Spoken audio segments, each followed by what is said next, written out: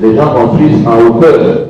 Le projet de renforcement de la redevabilité de la gestion des finances publiques, Profit Congo en sigle, a appuyé le lancement de la deuxième phase de la campagne d'identification des assujettis à l'impôt foncier et à l'impôt sur les revenus locatifs, ainsi que le dépôt des fiches de déclaration aux assujettis recensés ce vendredi 21 septembre à Bukavu. Ce lancement s'est effectué au cours d'une séance de renforcement des capacités des enquêteurs engagés dans cet exercice à laquelle ont également pris part le cadre de base, la Direction provinciale de mobilisation et d'encadrement des recettes DPMR et son partenaire GoService. La problématique de la perception de ces deux impôts cédés par les législateurs à l'entité province s'est en effet posée avec acuité, la DPMR ne disposant pas d'un répertoire exhaustif et à jour de l'ensemble des assujettis dans la ville de Bukavu. Plus de 200 recenseurs ont été formés en vue de mener cette campagne dont l'objectif primordial est de constituer une assiette fiscale nécessaire pour le développement de la province et mettre fin à l'évasion fiscale observée dans le secteur public de l'État. Nous attendons effectivement l'élargissement du répertoire des assujettis.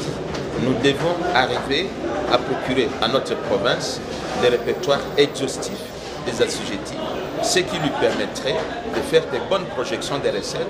Le responsable des GoService, partenaire de la DPMR dans cette opération d'identification, s'est pour sa part félicité des résultats jusque-là enregistrés tout en reconnaissant le multiple défis auxquels ils sont confrontés sur le terrain. Pourquoi on doit payer l'impôt sur le revenu locatif?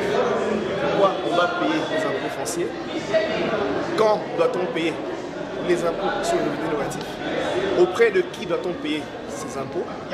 Tout ça, ce sont des questions qui font que nous ayons certaines difficultés sur le terrain. Ce répertoire, une fois constitué, permettra au gouvernement provincial de renflouer ses caisses en se dotant de moyens conséquents de sa politique pour le développement de la province, d'où l'implication des cadres de base est sollicitée pour rendre la tâche facile aux enquêteurs. Je pense que ça va bien se passer et la population, une fois sensibilisée, seulement les demander à comprendre ce que l'État va faire parce que cet argent pourra nous aider à développer la ville. La coordonnatrice provinciale de Profit Congo, Sylvie Maliona, a rappelé que l'objectif global de sa structure est de contribuer à l'amélioration de la mobilisation des recettes, la gestion des dépenses publiques et de la redevabilité au niveau provincial. Pour rappel, Profit Congo est un projet qui accompagne la mise en œuvre des réformes des finances publiques et est financé par la Banque mondiale, la coopération britannique et le Royaume de la Belgique.